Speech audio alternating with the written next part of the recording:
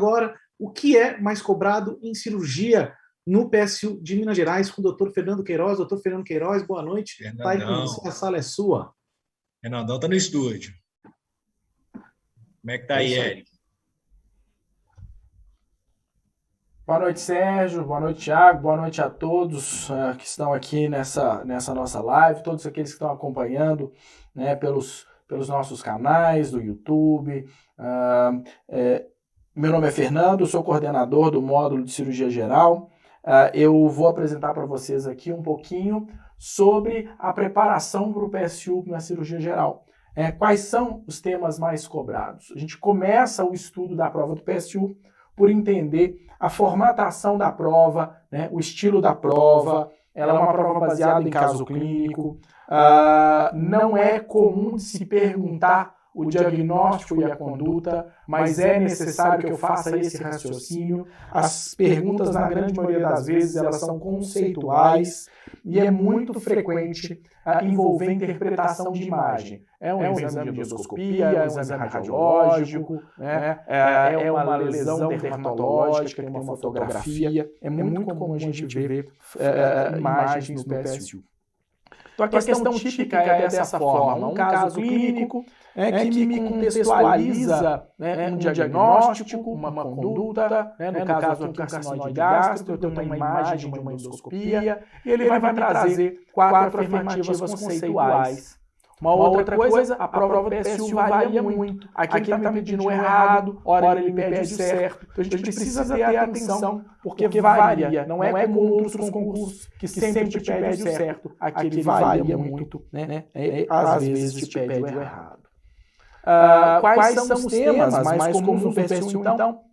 Divido a cirurgia em 5 grupos por uma razão didática. E o PSU ele facilita para nós, porque a grande parte da matéria, né, das questões, estão nesses 2 subgrupos, em trauma e em cirurgia geral. O restante peso muito menor. 75% da prova aqui, e é aqui que a gente precisa focar o nosso estudo. Trauma representa 18% da prova. Atendimento primário, trauma abdominal, queimaduras juntos representam 75% das questões de trauma. Também tivemos questões de trauma torácico, ortopédico, e também trauma de partes moles.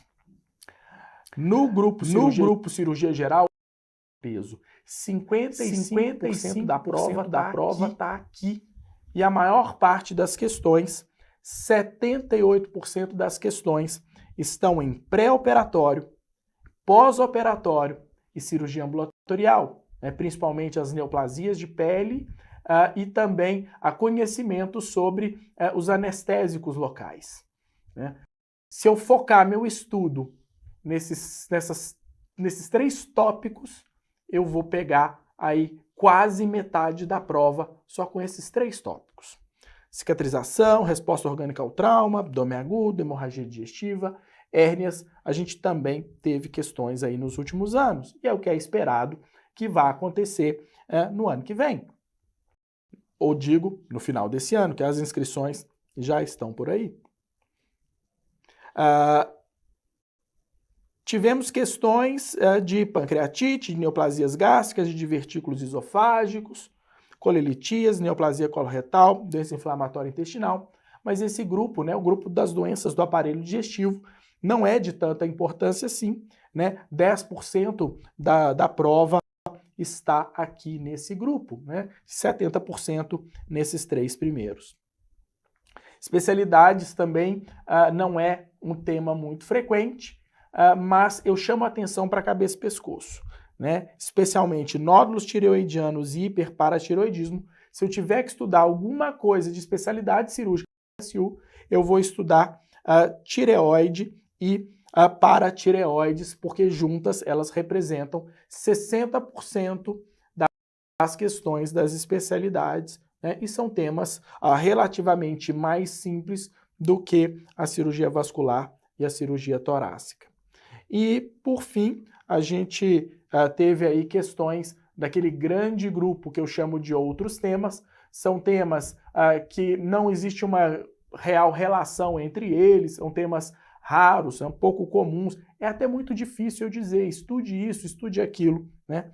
São temas que eu digo, deixa debaixo do tapete. Se sobrar tempo, você olha um pouquinho para eles, né? 5%, mais ou menos 5% da prova está nesse grupo. Então, vamos resumir. O que é importante a gente estudar, né?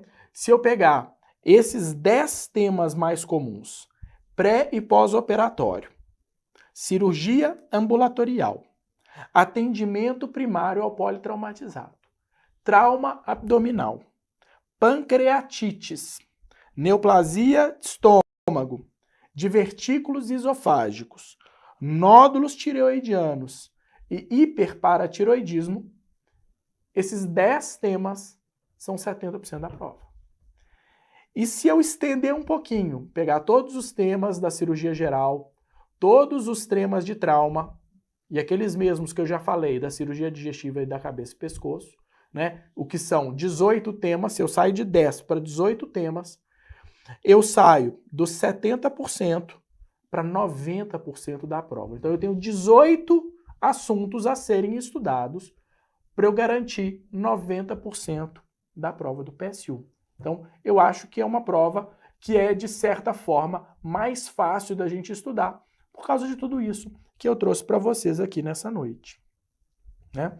Eu queria agradecer mais uma vez a todos que estão aqui participando desse evento, né, nesse objetivo de mostrar para vocês como é que é a nossa forma de trabalhar, de tentar preparar o aluno focado, concurso específico, porque cada concurso é diferente, né, então a preparação para cada concurso, ela também tem que ser diferente. Muito obrigado, boa noite a todos.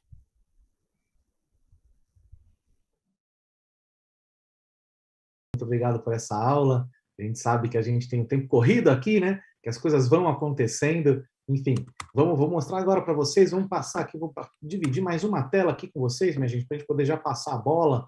Doutor Sérgio, já. A gente faz essa apresentação, né? A gente faz a apresentação, que é sempre legal.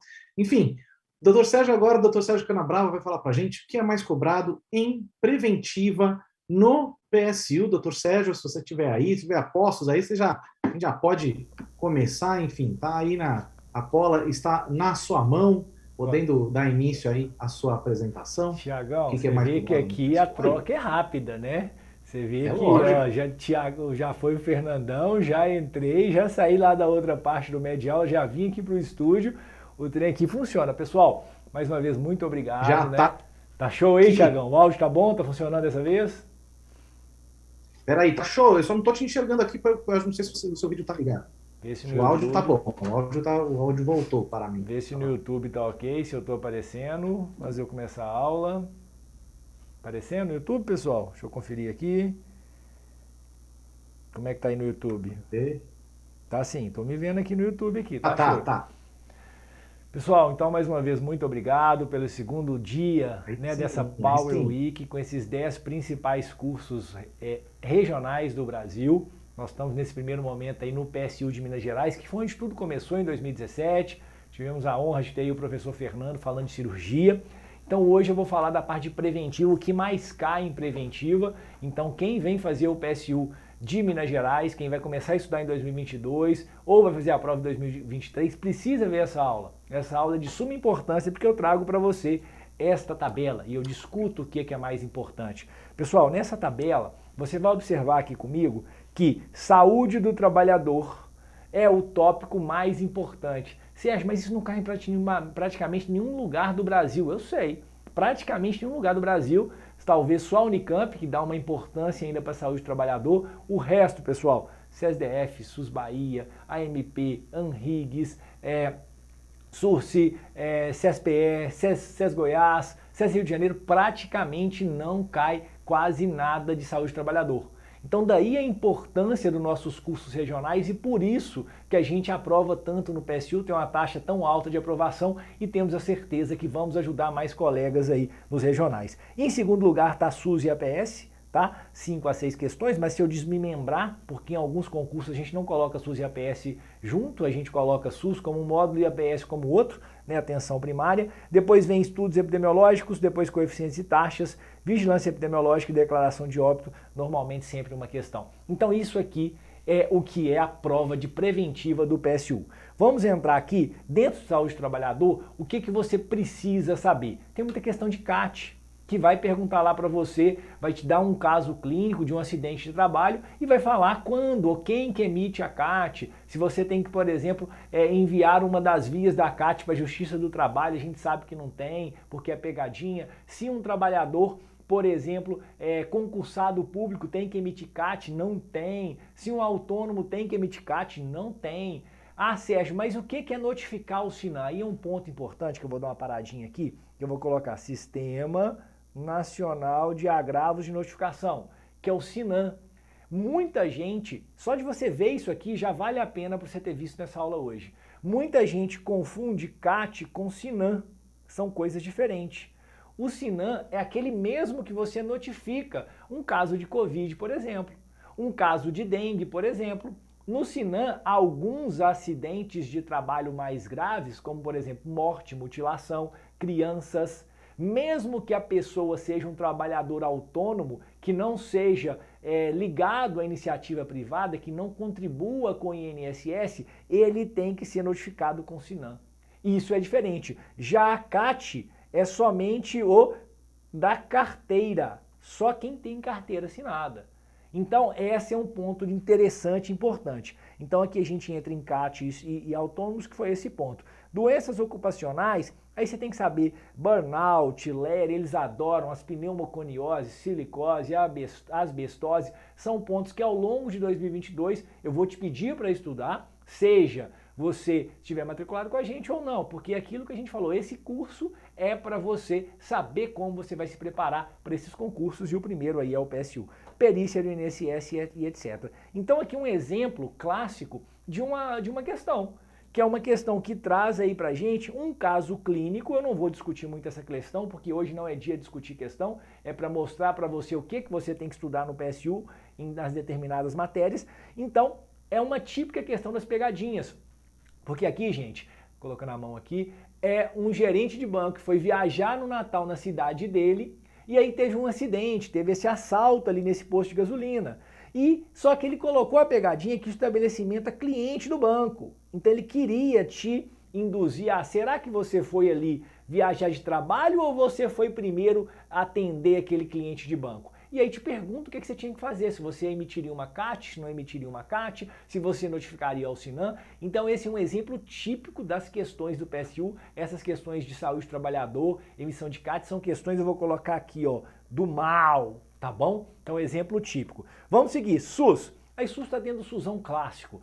Principalmente, eu vou marcar aqui para você, ó, Lei 8.080 e Lei 8.142. Eles adoram isso, adoram quais são as funções. Eu gosto de falar aqui, por exemplo, sobre a vacina do Covid, né? Sobre a pandemia, porque ficou nessa briga entre o governo federal e etc. Gente, a responsabilidade de executar os itens do sistema de saúde brasileiro é dos municípios.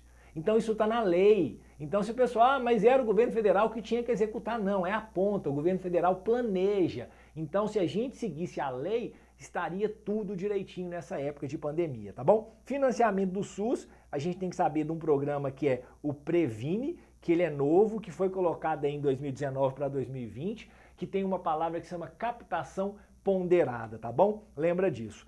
Aqui, ó, então perguntando das competências, quem que executa, né, e etc. Conselho também cai muito, é importante você dar uma estudada nisso.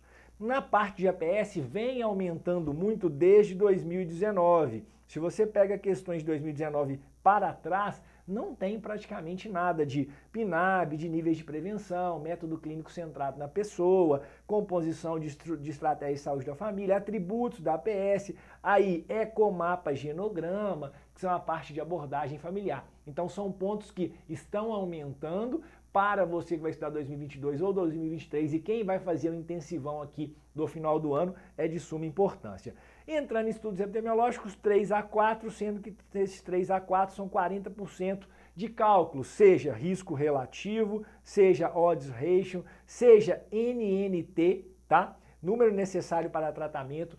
Se você vai para a prova do PSU e não sabe como calcular o número necessário para tratamento, ou o que é o NNT, né? Ou seja, quantas pessoas que você deu um antibiótico para efetivamente você ter tratado aquela pessoa daquela infecção. Isso é garantia lá na prova do PSU, tá bom? Aqui os clássicos, né? Estudo coorte, caso controle, ensaio clínico em terceiro. Esse aqui do estudo quase experimental também, que é a mesma coisa de intervenção. É imaginar que você deu uma vacina da Covid só para um grupo e não tinha um grupo controle. Isso é um estudo quase experimental, porque teve a intervenção, mas não teve a vacina, tá bom? A parte de análise, intervalo de confiança, cálculo de força de associação, alocação, risco atribuível. Então aqui está mostrando essa questão, uma questão típica da prova do PSU, que ele pede, ele dá para você ali o intervalo de confiança de 95%, e aqui, gente, ele gosta dessa pegadinha. Observe que em todas essas, o intervalo de confiança, ele passava pela unidade 1, ou seja, se passa pela unidade 1, abaixo é fator de proteção, acima é fator de risco. Então você não pode, tá? Não pode validar esse tipo de estudo. Não é estatisticamente significante. Isso é questão típica do PSU, tá bom? Aí, igual eu falei, VPN, VPP, número necessário para tratamento, viés. Na parte de coeficientes e taxas, aí já é o tópico menos cobrado, 2 questões só, taxa de letalidade, curva de Nelson Moraes, e aí vigilância epidemiológica, as doenças de notificação, a parte de epidemia, fase de uma epidemia, ano passado, entrada 2021 caiu, né? E declaração de óbito. Eu coloquei uma, mas é porque não é todo ano que cai, mas vamos colocar uma média um pouco menor do que uma. Você tem que saber como é que preenche, como é que declara, o que é causa básica, o que é causa terminal e as pegadinhas, tá? Como essa. Eles chegam para você, e olha aqui do Hospital João 23, teve um acidente, só que a pessoa foi morrer depois, um certo tempo depois. Aqui foi 52 dias. E aí, quem que tem que preencher? Gente, como teve um acidente, não importa, ele foi vítima de motocicleta. Você tem que mandar ele para o IML. Então essa pegadinha de ter um acidente, uma arma de fogo e morrer semanas ou meses depois, não importa, vai para o IML. Código de ética médica, menos de uma questão por ano. E aí os tópicos mais raros, rastreamento e saúde suplementar, beleza? Minha gente, o que é mais cobrado em clínica médica aqui no PSU? Vou passar a bola para o doutor Leonardo Tavares. Doutor, a bola é sua. Vamos embora, que, enfim, a gente tem o nosso tempo aqui. Vamos por favor, lá, Léo. Bora. E aí, grande doutor Sérgio. Vamos tentar ajudar um pouquinho o pessoal sobre a parte de clínica médica da prova do PSU. Sou Leonardo, professor de clínica médica aqui do Mediaula, e vamos debater um pouquinho, conseguir discutir com vocês a parte de clínica médica do PSU, pessoal. Inicialmente, comentar um pouco como que é a banca, quais foram algumas alterações feitas no ano de 2021, as correlações que existem entre todas as áreas, como que alguns temas acabam sendo cobrados de uma forma diferente em relação às outras provas, o que acaba sendo raro, o que acaba sendo uma peculiaridade dessa prova. A banca em si, com certeza, é uma das provas mais difíceis que a gente tem em relação à clínica médica. Ano após ano, infelizmente, ainda existem questões que são anuladas devido a recursos. Durante todo o ano de 2021, tiveram algumas alterações com uma redução de todos os números das questões. Então, anteriormente, o que se tinham 20 questões de clínica médica e de cada uma das especialidades, a partir do ano de 2021 se tornaram 15 questões. As questões, além disso, são bem correlacionadas. O que seria isso, pessoal? Existem questões que às vezes cai uma abordagem de endocrinologia, mas além disso você tem que conseguir enxergar, conseguir debater, entender o que a banca está te cobrando e no final das contas é uma questão de análise de gasometria, por exemplo. Então aqui a gente tem um exemplo de uma interligação entre a endocrinologia e também a nefrologia. O que costuma ser muito cobrado? O que mais a gente vê na prática? Questões relacionadas com cardiologia, pneumologia, infectologia. Nós vamos destrinchar com vocês durante todos os próximos slides. O que costuma ser raro, também vamos colocar com vocês em questões estatísticas e as peculiaridades do PSU vão ser debatidas slide a slide. Inicialmente, de uma forma geral, nós temos uma abordagem muito grande, principalmente da área de nefrologia, principalmente distúrbios hidroeletrolíticos e também síndromes nefróticas, síndromes nefríticas, englobando as síndromes glomerulares. E PSU é igual à análise de gasometria. Em relação à infectologia, temos também uma interligação com questões de pneumologia e cardiologia, porém, todas as grandes áreas, as áreas que são mais comuns, mais vistas durante as faculdades de medicina, são as que mais caem durante todas os últimos anos das provas e das questões de clínica médica do processo unificado. Em relação à infectologia, pessoal, não deixem de revisar questões relacionadas com pneumonia, sejam elas associadas a ventilações mecânicas, sejam pneumonias adquiridas na comunidade, sejam pneumonias nosocomiais. Tudo bem? Juntamente a isso, temos alguns outros itens que acabam caindo nesses últimos anos, porém uma entidade. Se tem o carro-chefe da infectologia, é a pneumonia. Em relação à cardiologia, a banca gosta muito de você conseguir analisar, de você conseguir interpretar eletrocardiogramas. Algumas questões, o eletrocardiograma acaba dando o diagnóstico que você precisa para o determinado.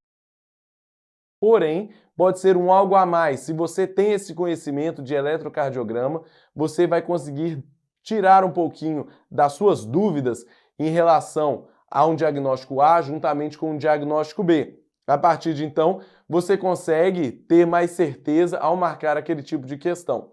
No mais, questões de insuficiência cardíaca, infarto, hipertensão, tentando englobar tudo desses temas, seja abordagem medicamentosa, seja abordagem diagnóstica, seja exames complementares, como é feito determinado diagnóstico diferenciais, isso tudo é essencial que vocês saibam, que vocês tenham total conhecimento.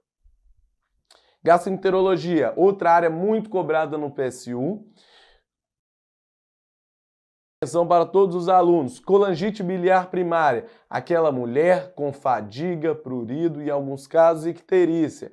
Costuma cair bastante. Se você sabe esse tema de forma nem tanto aprofundada, mas talvez a clínica em si, você consegue acertar a grande maioria das questões. Além disso, cirrose, relacionadas com complicações, relacionadas também com alterações das próprias complicações, ou seja, ascite, varizes esofagianas, entre outras, encefalopatias, também me veio agora à mente, e hepatites virais, às vezes não cai na questão de clínica médica, às vezes cai na própria questão de saúde pública.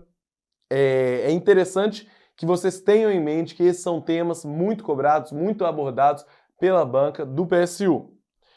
Dando prosseguimento em relação à neurologia, principalmente acidente vascular encefálico, seja ele isquêmico, seja ele hemorrágico. Saber sempre quais seriam os tratamentos, o que você deve fazer nas abordagens iniciais e até mesmo diagnósticos e diagnósticos diferenciais, pessoal. Pneumologia, muito interligada com a infectologia. Lembrar sempre do que nós já comentamos em relação às pneumonias. É interessante que nós chamemos a atenção de fenômenos embólicos, principalmente TEP. Além disso, a hipertensão pulmonar costuma estar bem comum, pode estar ou não associada com as questões de tromboembolismo pulmonar, porém, existem algumas questões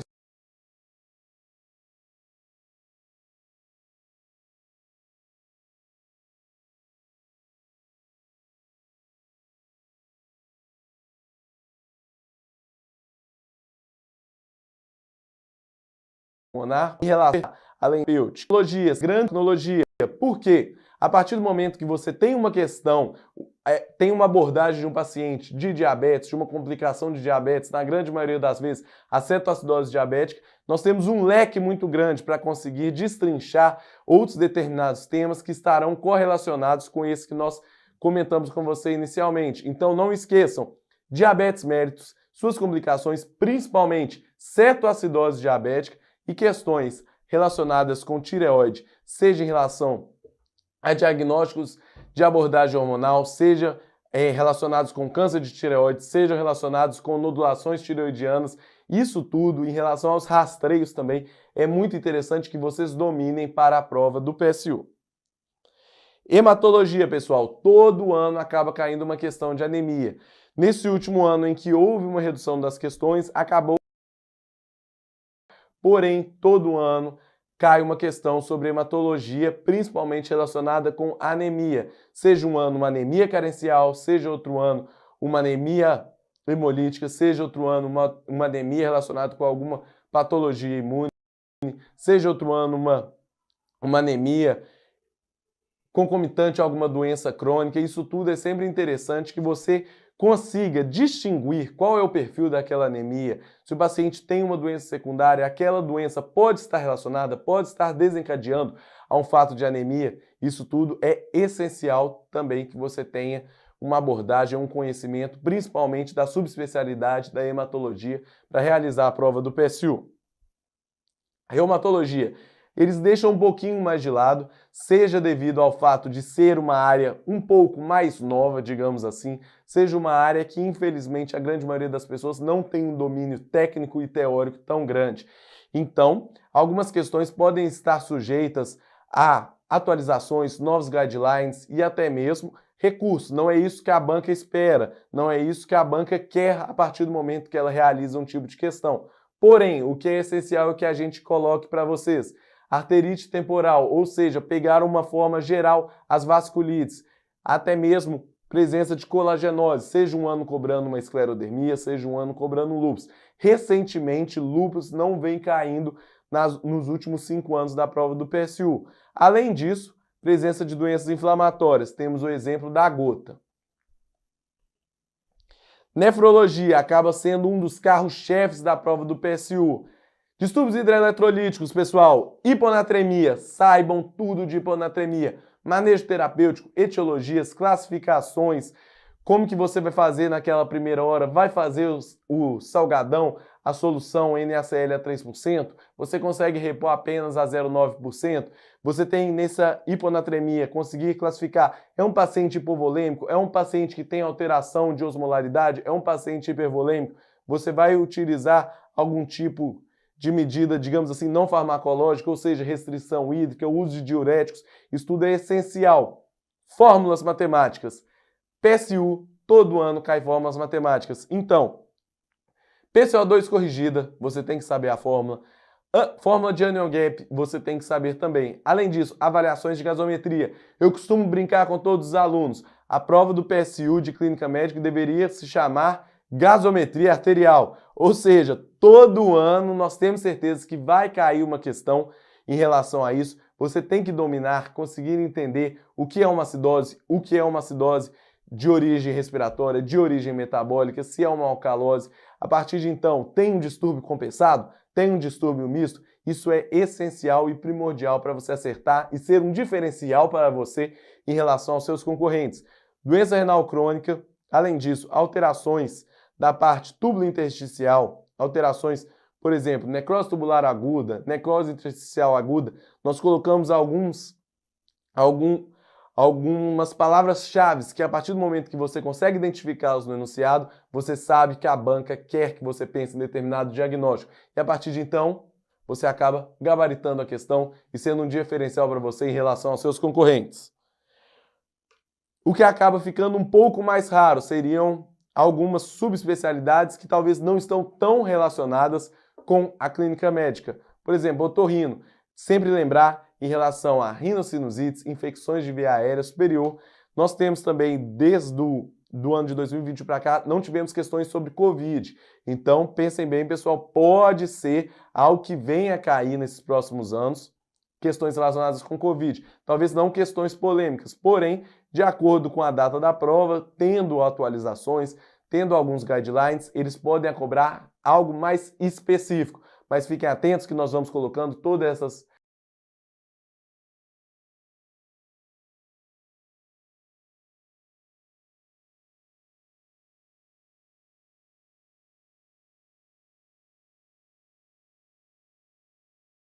todas atualizações, patologias em relação à medicina intensiva. Você conseguir dominar o quê? Temas relacionados com choque, seja qualquer choque possível.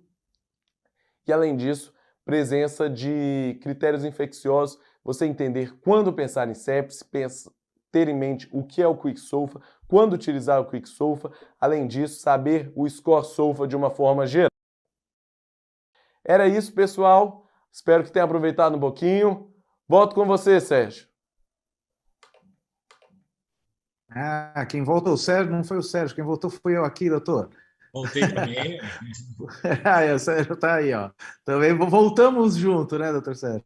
Bom, acho que é legal a gente já passar a bola direto aqui. Eu vou dividir a minha tela, porque a gente sempre tem uma tela de apresentação aqui dos nossos professores.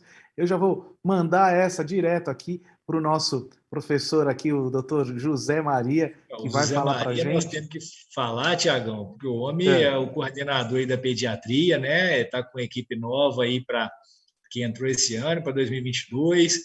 O cara passou em vários concursos, professor da Faculdade de Ciências Médicas de Minas Gerais, passou em concurso do IPSENG. O cara é um oráculo da pediatria e vai falar aí que o cara conhece tudo de pediatria aí, Tiagão. É fera. E tá no estúdio, né? Já Bom, tá doutor, lá, tem que ver. É isso aí. Agora, a bola é sua, doutor José Maria. Seja bem-vindo, boa noite aí. Eu e o Sérgio aqui, congratulando toda essa tua, bem-vindos à essa tua nossa história. Muito Power obrigado Week. pela presença. Pode dar início à sua da palestra. pediatria, né? Vou estar falando um pouquinho aí do PSU de Minas Gerais, né? O PSU Ana Brava, que nossos primeiros cursos aí presenciais, né? Que nós fizemos. Então, falar de PSU é como a gente sentar na nossa sala, pegar um banquinho, colocar o pé em cima desse banquinho, tomar uma água, um suco, uma cerveja, para quem gosta, né? No meu caso, eu gosto mais da água, do suquinho, apesar do componente que é avantajado, não é de cerveja não, viu, gente? É de comidinha mesmo, tá? Como na minha época, né, não se falava tanto em programação metabólica, eu fiquei um pouquinho no prejuízo aí e agora fico brigando aí com a balança, né? Mas tá bom. Mas, vida que segue. Como diz o meu amigo Rony, segue o jogo. Então, vamos lá. Então, falando um pouquinho da prova aqui do PSU, são provas bem elaboradas, um enunciado tipo caso clínico, os temas gerais, eles são bem distribuídos e gosta de cobrar temas atuais. Não, professor, você fala isso em toda a prova. Porque graças a Deus, a maioria dos concursos tem essas características, né? E parece uma coisa óbvia, né? Temas atuais.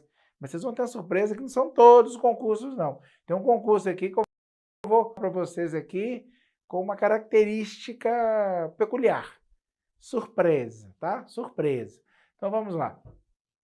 Então, falando do PSU, é uma prova, né, que tem todas essas características. Essa, sim, é uma prova que cobra muita questão do cotidiano médico, do cotidiano de consultório. Lógico, vai ter aquelas questões de tema raro, aquelas picuinhas, é lógico, vai ter. Mas é uma prova que ela vai ter essa característica de sempre estar cobrando temas assim mais atualizados, tá joia?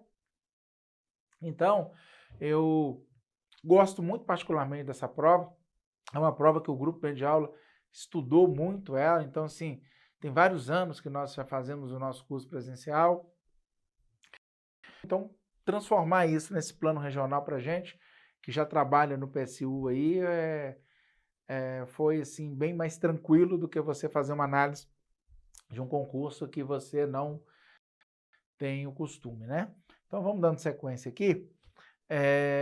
O que você não pode deixar de estudar para o PSU, gente? Neonatologia e infecções das vias aéreas superiores. É de 2 a 3 questões por tema, por prova. Então, tem prova aí que nós vamos sair com 3 questões de neo e 2 de infecções das vias aéreas respiratórias. Isso aí já são 5 questões. Nós tivemos sempre, né, de 2017 para cá, até a última prova, eram 20 questões, né, por prova. Já nessa última prova de 2021, foram 15 questões. 15 questões, pensamos assim, estávamos na pandemia, reduziu o tempo do aluno, não sei. Se for isso, você vai ser uma tendência, tá? Então, mais um motivo para você focar nisso. Porque se baixar para 15, você mantendo aí 4, 5 questões, já é um terço da prova, né, gente? Marcos de desenvolvimento também varia muito. Tem ano que é uma questão, tem ano que vai para 3. Aleitamento materno, de 1 a 2 questões. O PSU gosta muito dessa aqui, ó, anemia fosfor. Então, estudem anemia fosfor. É de 1 a 2 questões, mas tem ano que já caíram até 2 questões na prova de anemia falciforme. Teste do pezinho, falando da síndrome torácica, então, do tratamento. Então, tenham muito cuidado com a questão da anemia falciforme. A nefrologia pediátrica também, de 1 a 2 questões, está presente. Quadros de diarreia, os planos da OMS, plano A, plano B, plano C, também é um tema também bastante rotineiro. Imunizações de 1 a 2 questões, tá?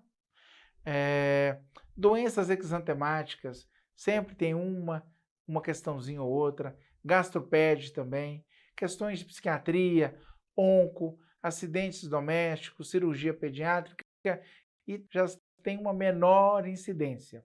Como o PSU gosta de temas atuais, e com essa pandemia, os problemas de saúde mental, principalmente em crianças e adolescentes, afloraram, né? E aqueles problemas que já existiam mais, creio que é uma boa pedida aí para vocês aí estarem atentos aí com relação a isso, tá joia? Então, vamos dar sequência, né, nos nossos estudos, tá? O objetivo do Power Week é apresentar o grupo Mediaula para vocês, apresentar o nosso trabalho, e uma característica, né, do grupo Mediaula é que nós somos médicos que trabalhamos, tá? Então, nós estamos no dia a dia, estamos trazendo as coisas do dia a dia para vocês. Então, nós colocamos a experiência, né, nós professores, né, do nosso trabalho cotidiano, né? Eu trabalho todos os dias,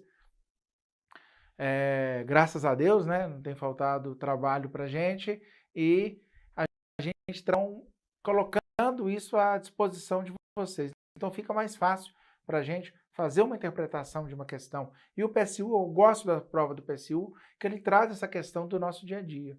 Então, muitas vezes você bate o olho na questão, você já tem aquela experiência, para a gente que já trabalha um pouco. Para você que vai fazer um concurso, que já não saiu da faculdade e já decidiu trabalhar um pouquinho, como eu fiz também, né? Eu trabalhei 2 anos depois que eu formei, né, para juntar alguns recursos para poder fazer a residência com tranquilidade.